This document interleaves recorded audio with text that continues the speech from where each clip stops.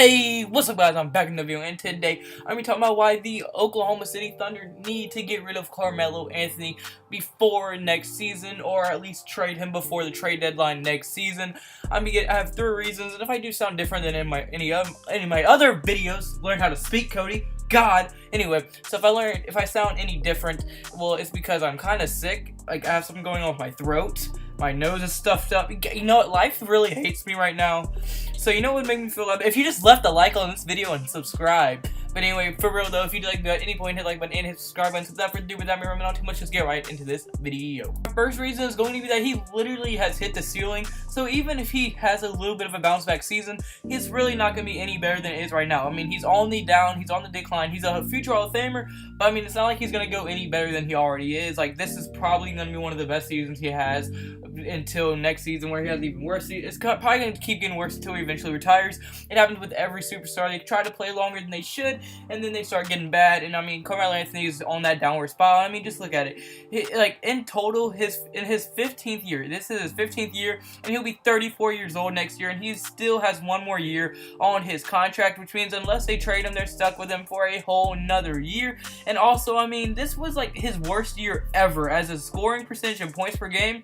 Literally his lowest year ever, and also it was his worst he has ever shot from the field with only 40%. So really, it was just an overall very bad year for Carmelo Anthony, mainly because he's just down. I mean, he's old. That's what happens when you get old. You just can't play like how you used to play. He couldn't even score like he used to score. Even his shot was a little off. He never looked like he was really comfortable in their system anyway, and it's just not what, like, I don't know, he's just on that downward spiral, and you never want that. So I mean, if you're able to trade him away and at least get a 2nd round pick, that is more than you're gonna get if his deal expires, because I mean, you're not bringing him back to a sign and trade or anything. So I think the only way to get rid of him is to trade him, and I mean, and it's not gonna be for a lot. I mean, I think they could definitely trade him for at least maybe 2 role players. I mean, a team like Brooklyn will probably give you D'Angelo Russell and Jared Allen and every pick that they have. So I mean, there's your chance. But anyway, that's my first reason. So now let's get into my second reason of the video. My second reason is going to be that, I mean, they don't even really need him. The whole reason he is with them is for scoring, and I mean, to score points. He's terrible on defense. Really, he's literally only there for shooting and scoring. And even though he had the worst year he's ever had in points per game, their offense was still ranked 12th in the entire league, which means for a team that has Paul George and Russell Westbrook, they really don't need Carmelo Anthony for offense anymore. I mean, they can carry the offensive load completely by themselves.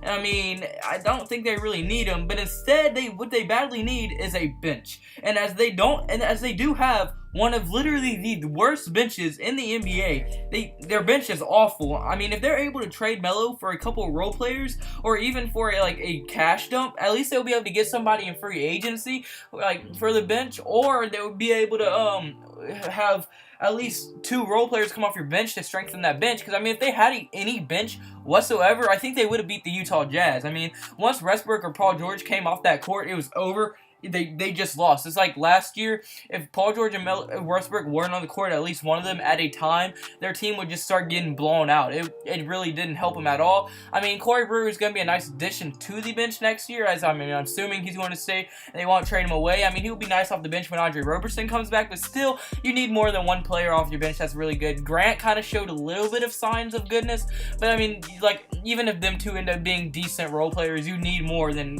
a 7-man rotation. You need at least 8 or 9 people that you can get, like, per game, like, consistently playing good to help you win games, at least win playoff games. My third reason is going to be his ego. I mean, literally, Melo has the biggest ego. I didn't think he had this big of an ego, but I mean, he literally refuses to come off the bench. Like, he's not doing it for some reason. As in a recent interview, when he was asked if he would be willing to come off the bench, this is what he had to say: "I ain't sacrificing no bench role. That's it. Period."